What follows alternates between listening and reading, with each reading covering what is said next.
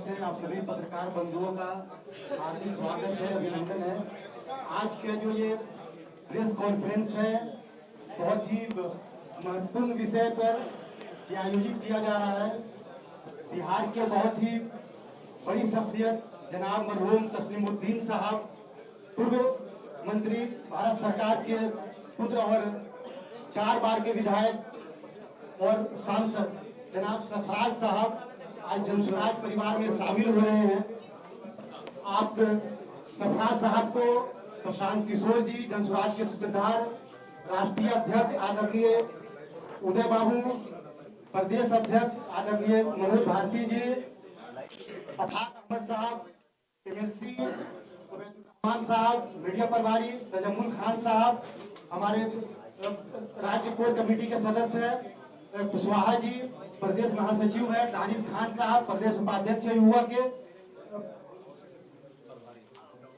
Doctor विजय साहब प्रभारी है और अमजद साहब राष्ट्रीय कोर कमेटी के सदस्य हैं। सभी लोगों की उपस्थिति में आज सरफराज साहब जनसुराज परिवार का हिस्सा बनने जा रहे हैं। यह हमारे लिए, जनसुराज परिवार के लिए बहुत ही सौभाग्य की बात है। उनको ज्वाइनिंग कराने के लिए आदरणीय उदय बाबू से मैं अनुरोध करूंगा कि उनके ज्वाइनिंग से पहले चंद शब्द आप रख दे मीडिया के सामने, फिर उनकी ज्वाइनिंग की जाए।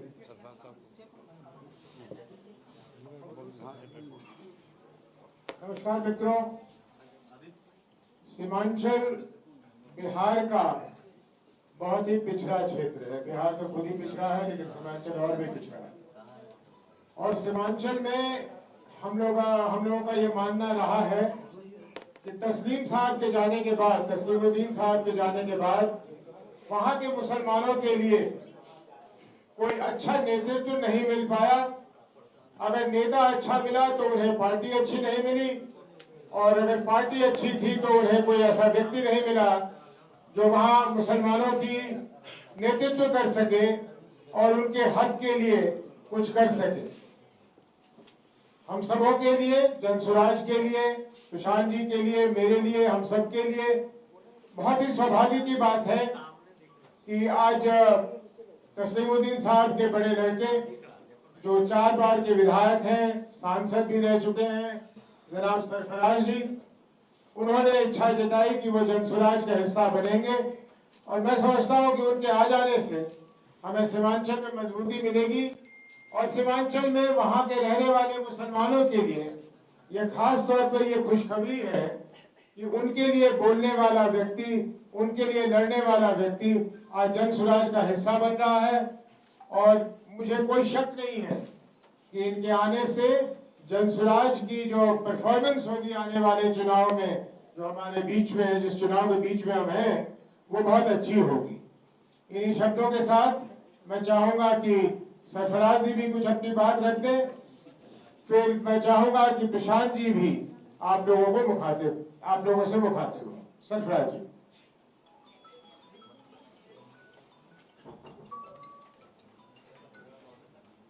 सम्मानित राष्ट्रीय अध्यक्ष बड़े भाई उदय जी, मेरे बड़े भाई प्रशांत किशोर जी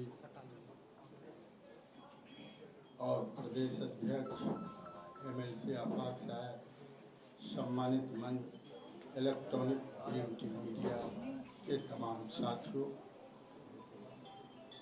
बड़े लंबे अरसे से बड़े भाई उदय ने पूरे विस्तार से सीमांचल को, कई पत्रकार सीमांचल से भी हैं, तस्लीम साहब ने लंबे अरसे से सामाजिक न्याय, समता, मुल्क की लड़ाई लड़कर सीमांचल को आवाज दिया।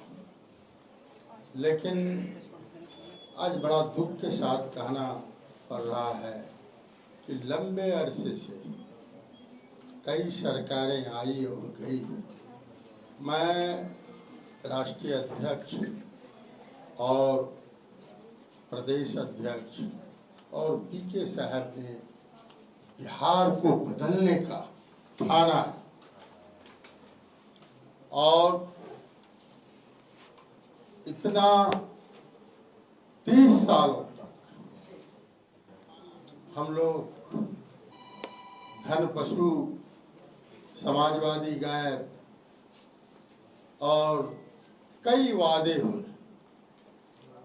सीमांचल का मुसलमान की ही बात नहीं, गरीबी कमनी चाहिए। हर वो समान जातियों का पलायन कर रहे हैं, उस पर कोई काम नहीं हुआ। आज स्कूलें हैं, शिक्षा की स्थिति अच्छी है।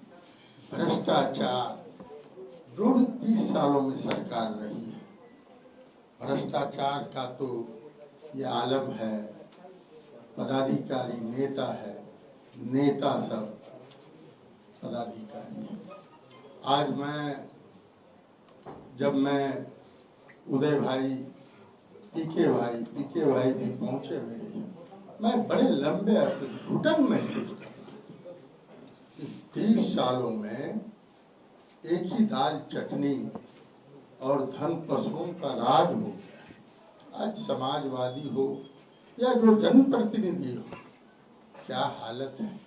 मैं हृदय से तमाम जन स्वराज के वाणी को मैं नमन करता हूं और सलाम करता हूं।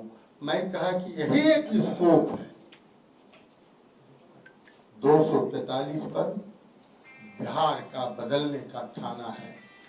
इसी में मैं समझा कि सीमांचल के हर वो जात, हर वो वर्ग, पिछड़े, दलित, अंगड़ा, पिछड़ा, सबका भला पीके के विजन और रीजन से हो सकता है।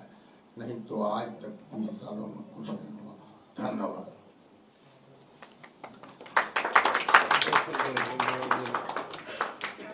प्रदेश अध्यक्ष समस्त मीडिया के और प्रेस के साथियों को यहाँ आने के लिए धन्यवाद। जैसा कि आप सबने सुना, सरफराज साहब एक ऐसी हस्ती है जिनको सीमांचल से हमेशा से ही एक लगाव है, एक हेरिटेज है, एक उनकी संस्कृति, उनकी अपनी परिवार की संस्कृति का हिस्सा है। मुझे इस बात की बेहद खुशी है कि जन स्वराज में आकर हमें सीमांचल को और मजबूती प्रदान करने के लिए उन जैसा एक स्तंभ मिला है। मैं उनका अपनी पार्टी में सहर्ष स्वागत करता हूं। बहुत बहुत धन्यवाद आपका यहाँ करने के लिए। धन्यवाद। प्रशांत जी, आप कुछ कहें। सभी साथियों का अभिनंदन। और सरफराज भाई आज औपचारिक तौर पर जन स्वराज का हिस्सा बन रहे हैं। पहले तो मन से भी बहुत दिन से जुड़े हुए हैं, लेकिन इनका राजनीति करने का एक अपना अंदाज है। कुछ बोलते हैं, कुछ अंदर रखते हैं। जो अंदर रखते हैं वो बोलते नहीं हैं, अंदर बाहर एक ही है, सब एक ही है। तो कई महीनों से हम लोग के साथ हैं और हमारे साथियों की, राष्ट्रीय अध्यक्ष जी की और सीमांचल में जो साथी हैं, सबकी ऐसी इच्छा रही है कि सरफराज भाई जन स्वराज के साथ जुड़े और इनके साथ, इनके मार्गदर्शन में, इनके नेतृत्व में जन स्वराज सीमांचल में, सिर्फ अररिया जोकीहाट में नहीं, सीमांचल में एक लंबी लकीर खींचे और जहां डर की राजनीति को हटाकर विकास की, बेहतरी की राजनीति की शुरुआत हो। तो इनकी जो लेगेसी है उसको ध्यान में रखते हुए, और इनका अपना भी कार्यकाल बहुत लंबा रहा है, मेरे साथ जदयू में भी थे ये, तो फाइनली फिर से वापस आ गए हैं हमारे ही साथ। इनका बहुत बहुत शुक्रिया, स्वागत। और आने वाले समय में मेरा विश्वास है कि आप, हम जन स्वराज के साथी और खासकर सीमांचल में जुड़े हुए वर्ग के लोग, सभी वर्गों के लोग, सरफराज भाई को जन स्वराज के एक प्रमुख नेता के तौर पर, हम लोग के सीमांचल में अगुवा के तौर पर लोग देखेंगे और इनके नेतृत्व में वहां पर जन स्वराज मजबूत होगा। वहां के समाज के सभी वर्गों का विश्वास हासिल करने में एक महत्वपूर्ण भूमिका अदा करेगा। इसलिए इन सब का मैं बहुत बहुत धन्यवाद करता हूं, आपका स्वागत करता हूं। शुक्रिया।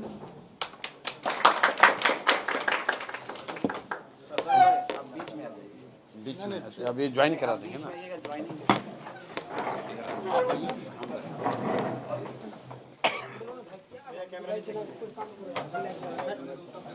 आप बनाएं।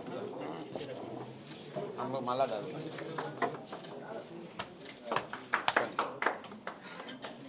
इधर एक नहीं दो माला। चलिए सरफराज आलम जिंदाबाद, सरफराज आलम जिंदाबाद, अध्यक्ष जी। अध्यक्ष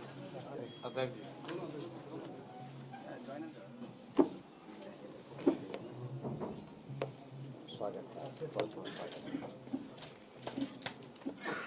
इधर आइए। हाँ भाग भाई। शुक्रिया। शुक्रिया, धन्यवाद। अशफाक साहब जो है आज सर आपने सम्राट चौधरी पे बोला बैठिए भाई। जी ने आपके लिए किया है कि आपके पास दिमाग नहीं है, ऐसे लांछन नहीं लगाना चाहिए, क्या बोलेंगे सर? बैठ जाए।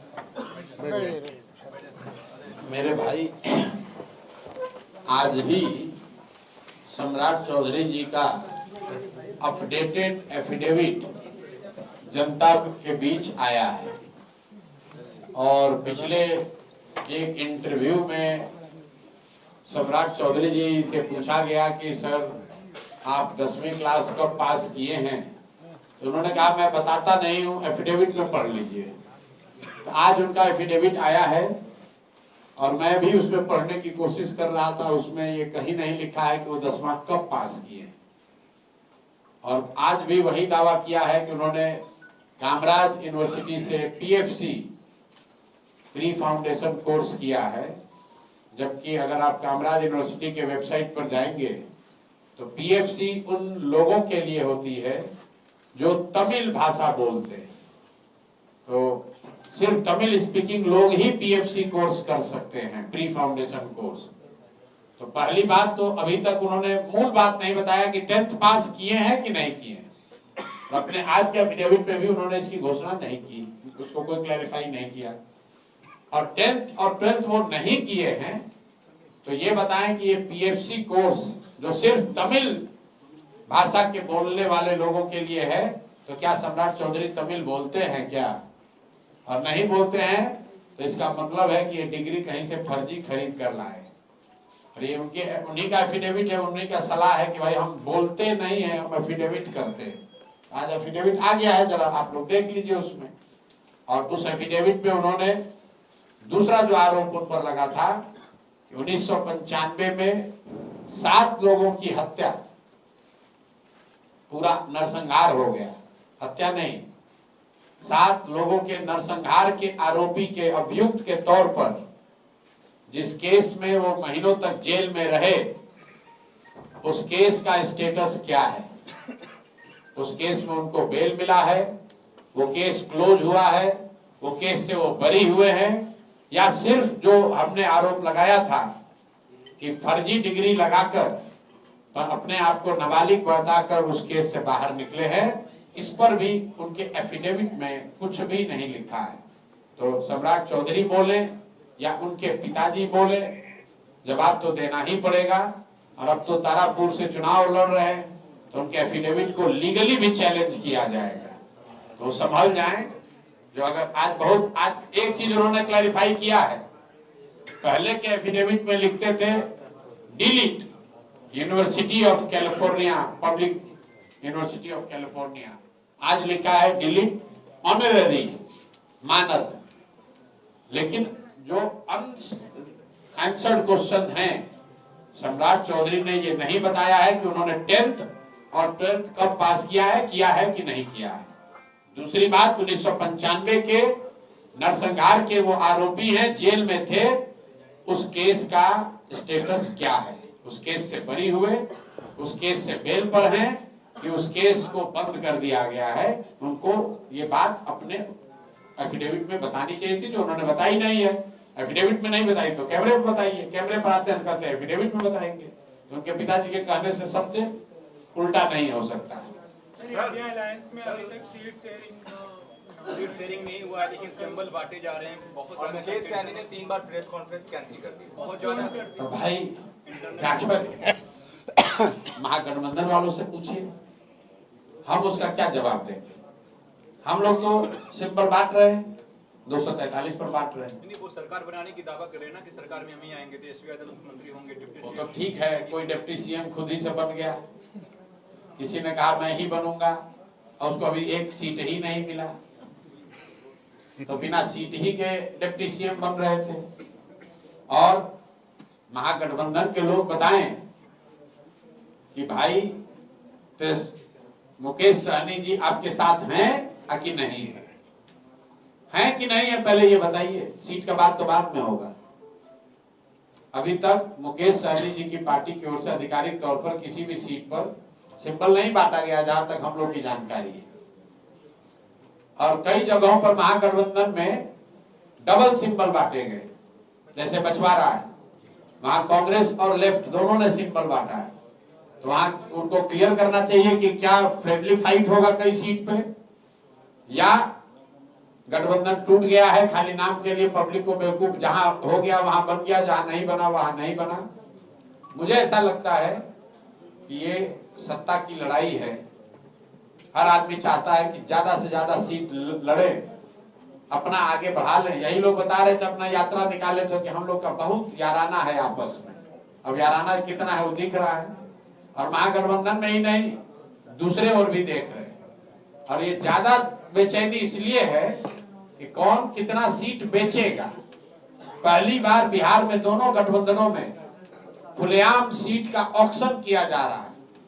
अभी नाम आने दीजिए, तो 2 दिन में हम लोग भी प्रेस करके बताएंगे कि कितने बड़े बड़े बालू माफिया, शराब माफिया, जिसका उस क्षेत्र से कोई लेना देना नहीं है, जहां से उसको टिकट मिला है, कहीं के आदमी को उठाकर कहीं पर टिकट दे रहे हैं। जो करोड़ों रुपया दे दे वही वहां का उम्मीदवार है। तो बिहार की जनता देख रही है, अगर मेरे भाई फिर गलती करोगे और ये जो 5 करोड़ 10 करोड़ में लोग टिकट खरीद कर आ रहे हैं, उनको गलती से भी वोट दे दिए, तो याद रखना आपके और आपके बच्चों से ये पैसा ये लोग वसूलेंगे। कोई गेहूं बेच के अपने घर से पैसा नहीं दे रहा है। जो टिकट खरीदने के लिए 5 करोड़ रुपया दे रहा है, तो समझिए कि अगर विधायक गलती से बन गया तो कितना लूटेगा। तो अगर बिहार की जनता भ्रष्टाचार से परेशान है, तो ये मौका है, एक नई व्यवस्था बन रही है। जन सुराज में देखिए कौन लड़ रहा है। बिहार के सबसे प्रसिद्ध डॉक्टर, बिहार के सबसे बड़े वकील, बिहार के सबसे बड़े समाज सेवी, बिहार के सबसे बड़े शिक्षाविद, वो लोग लड़ रहे हैं जन सुराज से। और बिहार के सबसे बड़े बालू माफिया, बिहार के सबसे बड़े शराब माफिया, बिहार के सबसे बड़े ठेकेदार, बिहार के सबसे बड़े अपराधी, वो लड़ रहे हैं महागठबंधन से और इंडिया और एनडीए से। आप तय कर लीजिए कि किसको वोट देना है। जैसा बोओगे वैसा ही काटोगे। गलती करोगे मेरे भाई तो अगला 5 साल भोगोगे, रोओगे, कोई नहीं बचा पाएगा। मैं आप लोगों से पहले दिन से कह रहा हूं कि आप लोग इनको गठबंधन कहना बंद कीजिए। ये ठगबंधन है, ये ठगने के लिए बने हैं। और अब जैसे जैसे और नजदीक आ रहा, आप देख रहे हैं कि ये ठगी का काम चालू है, तो ये ठगबंधन है, इन्हें गठबंधन ना कहें। सीमांचल में भी कई ठगबंधन जा चुका है। सीमांचल में तो एक और है। हाँ, ये दो गठबंधन काफी नहीं था, तो एक और आए हैं, एक और आए हैं ठगी कर हैदराबाद से बैठ के। अरे भाई, एक गरीब बिहार को कितना लूटो। एनडीए वाला लूट, पहले महागठबंधन वाले लूटे, फिर एनडीए वाले लूट रहे हैं, अब हैदराबाद से भी आकर लूट रहे हो, लूटने का प्रयास कर रहे हो। कितने लोग लूटोगे? छोड़ दो मेरे भाई, हम लोग के और हमारे बच्चों को छोड़ दो, बिहार के बच्चों को छोड़ दो, इनको जीने दो, लूटो मत। और इस बार बिहार की जनता के पास वो अवसर है। आप स्टार प्रचारक कब जारी करेंगे सूची? कल जारी कर देंगे। प्रशांत जी ने जब से ये ऐलान किया है कि चुनाव नहीं लड़ेंगे, तब से कहा जा रहा है कि आप तेजस्वी यादव से डर गए हैं, आपने सरेंडर कर दिया। क्या लगता है ऐसा है कि तेजस्वी यादव, उनके पूरे परिवार, उनके माताजी, पिताजी 18 साल की सत्ता उनके सामने यहाँ दल बनाए हैं और उनको तीसरे नंबर पर ढकेल देंगे। उनको कुछ नहीं कर पाएंगे तेजस्वी यादव। तेजस्वी यादव हम डरने वाले हैं, तेजस्वी यादव हमको डरा देंगे। चुनाव नहीं लड़ने का जो निर्णय है वो सिर्फ इस बात पर लिया गया है कि समय की जो सीमा है उसमें एक व्यक्ति कितना कुछ कर सकता है। अगर मैं चुनाव लड़ने जाऊंगा, मेरा 4 दिन 3 दिन तो लगेगा। उन 4 दिन में 40 जन स्वराज के जो विधायक चुनाव लड़ रहे हैं, विधायक का चुनाव लड़ रहे हैं जो लोग, वहां जाकर प्रचार कर सकते हैं। हम कोई तेजस्वी यादव की तरह, हमारे पिताजी का दल तो है नहीं जो लूट के रुपया रखे हैं। तो भैया संसाधन भी हमें जुटाना है, दल भी तिनका एक करके बनाया है, लोगों को भी इकट्ठा करना है, प्रचार भी करना है। तो एक आदमी 24 घंटे में कितना काम कर सकता है? जो मैक्सिमम कर सकता है वो कर रहे हैं। उसमें ऐसा हमारे साथियों को लगा कि अगर हम चुनाव लड़ने जाएंगे तो 3-4 दिन और उससे डिस्ट्रैक्ट होगा। इसीलिए निर्णय लिया गया कि दल के हित में मैं चुनाव ना लड़ूं। और डरने और डराने की जो बात है, तो बिहार की जनता को 2 बात तो बिल्कुल सबको मालूम है। प्रशांत किशोर डरता किसी से नहीं है, और कोई बिहार में किसी के पास इतना पैसा ताकत है नहीं कि हमारा ईमान खरीद सके। ये 2 बात तो हर आदमी बिहार में मान रहा है, वोट हमको दे या न दे, कि प्रशांत किशोर किसी से नहीं डरता है, ना एनडीए से, ना इंडिया से, ना उनके नेताओं से, ना अपराधियों से। और जहां तक पैसे की बात है, ईमानदारी की बात है, एक ही ऐसा दल है जिसमें पूरे बिहार में कोई नहीं कह सकता है कि टिकट बिका हो, कि कोई पैसा दे के टिकट खरीद ले। जन स्वराज में जो बात हम लोगों ने वादा किया था वो पूरा किया है। जोकीहाट से क्या सरफराज जी को लड़ा रहे हैं? अब फिर वही बात, ये तो दल ही तो निर्णय लेगा भाई। ये यहाँ बैठे बैठे हम लोजपा और राजद नहीं ना है। बाहर खबरें हैं कि सर्वे सर्वा आप ही हैं। तो अगर सर्वे सर्वा है तो हम ही लड़ जाते राहुल को। हमारा तो मन था, गए थे प्रचार करने, पार्टी ने कहा, लड़ने गए भी थे, वहां हल्ला भी हुआ और पार्टी ने कहा कि नहीं, आप लड़ना उचित नहीं है। यहाँ दल के दोनों हमारे अध्यक्ष बैठे हैं, अगर हम जबरदस्ती करें तो लड़ सकते हैं, लेकिन उसकी जरूरत नहीं है, सबकी सहमति से ही काम चलता है। मगर सवाल ये है कि आपने बहुत बयान दिया कि हमारे यहाँ जो पहले से आएगा, मेहनत करेगा, काम करेगा, उसी को टिकट मिलेगा। एट अ टाइम कोई आएगा ऐसा और टिकट लेके चला जाएगा, ऐसा नहीं होने वाला है, बिल्कुल नहीं होने वाला। मेरे बयान में मुकामा में पीयूष मेरे बयान को पूरा ध्यान से सुनिए। हम जो बोलते हैं बहुत संभल के बोलते हैं। हमने कहा कि 90% लोग, पूरा बयान निकाल के देख लीजिए, 90% लोग जन स्वराज में वही लोग चुनाव लड़ेंगे जो जन स्वराज से पहले से जुड़े हैं, इसमें आवेदन दिया है, काम किया है, जन स्वराज की बात को घर घर पहुंचाने में हमारे साथ कंधा लगाया है। दूसरी बात मैंने कही कि जो लोग जन स्वराज से चुनाव लड़ेंगे उसमें से ज्यादातर लोग ऐसे होंगे जो पहले जीवन में कभी चुनाव नहीं लड़े। जो सूची जारी हुई है जन स्वराज की, उसको आप देख लीजिए। लेकिन साथ में मैंने ये भी कहा कि कुछ अपवाद को छोड़ दीजिए। अपवाद के लिए हम लोगों ने 5 से 10% रखा है। 2-4-5 आदमी ऐसा कोई हो जाए जो मिल जाए, अगर दल की सहमति बन जाए, वहां पर जुड़े हुए सभी साथियों का मत उसके पक्ष में हो जाए, तो 2-4-5 ऐसे अपवाद के तौर पर टिकट दिए जा सकते हैं। यही बयान दिया, उस पर कायम है।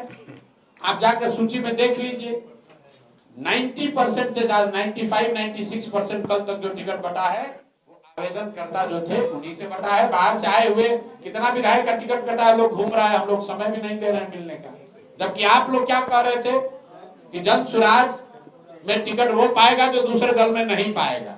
भाई जन स्वराज का सूची जारी हो गया, जो दूसरे दल वाले हैं वो मारामारी कर रहे हैं। मरहूम तस्लीमुद्दीन साहब के बेटे हैं सरफराज आलम, उनकी एक बहुत बड़ी भूमिका थी सीमांचल में, मरहूम तस्लीमुद्दीन साहब की। आप सरफराज साहब को क्या भूमिका देने जा रहे हैं? ऐसा चर्चा में भी है कि सीमांचल में हमेशा टिकट की भी जिम्मेदारी तस्लीमुद्दीन साहब ही संभालते थे, तो क्या सरफराज साहब को उतनी बड़ी भूमिका आप देने जा रहे हैं? देखिए, भूमिका कोई देता नहीं है, आदमी को अपने प्रयास, अपने पराक्रम, अपने जद्दोजहद, अपनी काबिलियत से लेनी होती है। अब इनकी कितनी काबिलियत है ये तो समय के साथ ये खुद भी बताएंगे। लेकिन मैं इनके घर गया था कुछ महीनों पहले, और उस दिन मैंने ये कहा था कि सीमांचल में जो नेतृत्व है मुसलमानों का, वो सीमांचल के मुसलमानों का होना चाहिए। हैदराबाद से आकर किसी को सीमांचल में नेतृत्व करने की जरूरत नहीं है। और उसमें मैं समझता हूं कि सरफराज भाई जैसे लोगों की बड़ी भूमिका होनी चाहिए और होगी भी। अब जन स्वराज में ये कितनी शिद्दत से कितनी ईमानदारी से जद्दोजहद करेंगे, कितने दिन तक लगे रहेंगे, ये तो इन पर निर्भर करता है। लेकिन सरफराज साहब ही क्यों, कोई दूसरा भी साथी वहां सीमांचल में मेहनत करेगा, वो भी आगे होगा। इनके वालिद का जो आपने नाम लिया, इनके वालिद को कोई उनके पिताजी ने थोड़ी ना दिया था, उन्होंने समाज में काम करके अपनी जगह बनाई थी, तो इनको भी वो करना पड़ेगा। जन सुराज में आपके पिताजी का क्या नाम है इसका बहुत महत्व नहीं है। हम सरफराज भाई को जदयू से जानते हैं, सुलझे हुए व्यक्ति हैं, अपना इनका काम करने का, राजनीति करने का एक अंदाज है। लेकिन मुझे लगता है कि जन सुराज के प्लेटफॉर्म से जुड़कर ये बड़ा काम सीमांचल में कर सकते हैं। मैंने इनको बताया भी कि आप वो डॉक्टर हैं जिसके पास ऑपरेशन थिएटर नहीं है, अस्पताल नहीं है, तो कहाँ ऑपरेशन कीजिएगा, सड़क पर। तो जन सुराज रूपी अब वो ऑपरेशन थिएटर इनको मिल गया तो बड़े स्तर पर ये काम वहाँ कर पाएंगे। धन्यवाद। 2 दिन में ओ भैया